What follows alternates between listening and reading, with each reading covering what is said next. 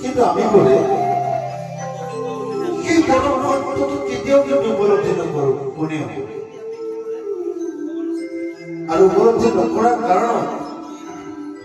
ইটোৰ পিছত সিটো ইটোৰ পিছত সিটো আমি বেয়া কৰ্মবোৰ কৰি গৈ থাকোঁ আৰু এনেকৈ গৈ এদিন আমাৰ পাহাৰ সদৃশ হৈ যায় পাপৰ যিটো পাপৰ যিটো পৰিমাণ পাহাৰ সদৃশ হৈ যায় এইটো এটা শ্ৰেষ্ঠ সত্য আমি যিমানবোৰ টকা সম্পত্তিৰ পিছত দৌৰি গৈ আছো কেৱল লাগে আৰু লাগে কৰি আছে এই সমস্তবোৰ কিন্তু আমি কিঞ্চিত মানৱ নিব নোৱাৰো সমস্তবোৰ কিন্তু থৈ যায় মাত্ৰ লগত দুটা বস্তু যাব পৰম সম্পদ সেই সম্পদকেইটা আপোনালোকে জানেনে আইৰকন দুটা সম্পদ কিন্তু আমাৰ প্ৰত্যেকৰে লগত যাব সেই দুটা সম্পদ বাবকল জানেনে কি সম্পদ আপোনালোকে জানে বাবকল দুটা সম্পদ মাত্ৰ আমাৰ লগত যাব এটা হ'ল পাপ আৰু এটা হ'ল পুণ্য এই পাপ আৰু পুণ্য আমি যেতিয়া আচল ঘৰলৈ যামগৈ তাত কিন্তু হিচাপ হ'ব আৰু যদি কেনেবাকৈ পাপৰ তুলনা পুণ্যতকৈ তাকৰ হয় বেছি হৈ যায় মানে পাপটো বেছি হৈ যায় পুণ্যৰ পৰিমাণ তাকৰ হৈ যায় কম হৈ যায় তেতিয়াহ'লে কি হ'ব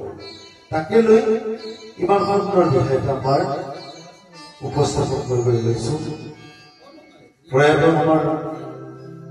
সকলো হৃদয়ৰ কথা শ্ৰদ্ধাৰ আমাৰ অতি বড় অতি হৃদয় জুবিন গাৰ্গৰ খুব সুমধুৰ কণ্ঠেৰে এটি দিহা লিপিবদ্ধ কৰি থৈ গৈছিল কণ্ঠদান কৰি থৈ গৈছিল তাকেই চেষ্টা কৰিছো আপোনালোকৰ সন্মুখত উপস্থাপন কৰিবলৈ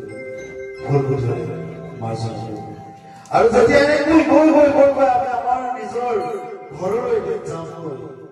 এদিনাখন আমাৰ ঘৰুকা হৈ পৰিব আৰু চোতালত সমস্ত এই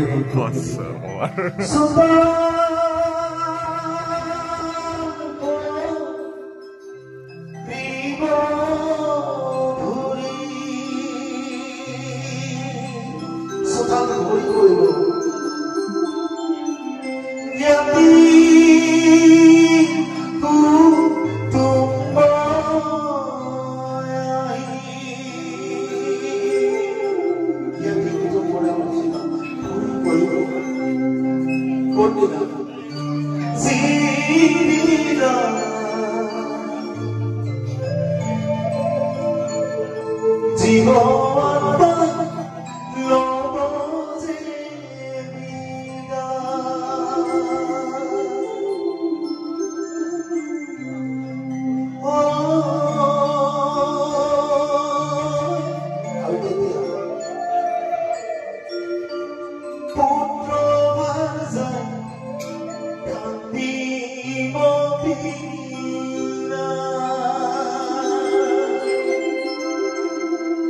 যিজন মানুহে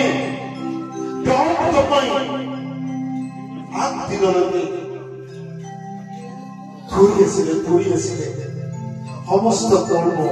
কৰিছিল গোটেই পৰিয়ালটোক ৰক্ষণাবেক্ষণ কৰিছিলে সেই মানুহজন ইমান ধুনীয়াকৈ সাজ সজ্জা পৰিধান কৰিছিল দামী কাপোৰ বস্তু অলংকাৰ পিন্ধি আছিলে এই মানুহজনক কি কৰিব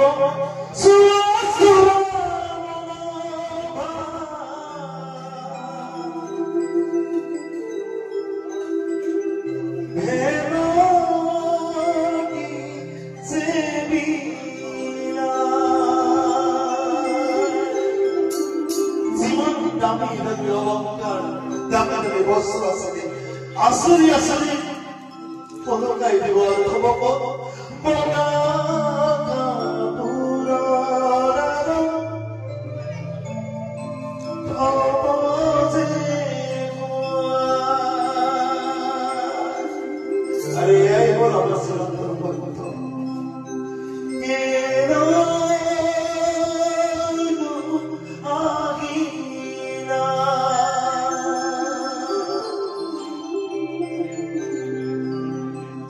বছৰ সময়ত যেতিয়া ব্যক্তি মাতৃৰ যেতিয়া গৰ্ভত নাছিল তেতিয়া 9 মাহ 10 দিন আতি হাস্যবিলাক যন্ত্ৰণা কম ভোগাইতে কৰিছিল ভগৱান হে প্ৰভু এই নৰকৈত্যৰ পৰা বাহিৰ কৰি দিয়া প্ৰভু আৰু বাহিৰ হৈয়ে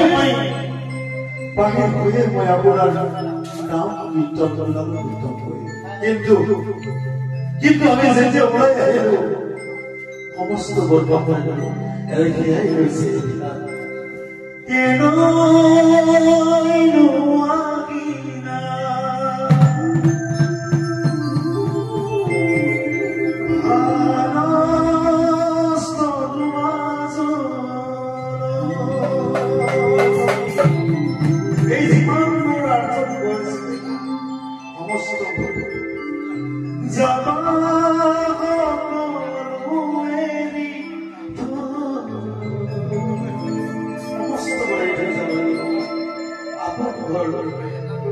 কেৱল দুটাই বস্তু পৰম পাপ পুণ্য তোৰা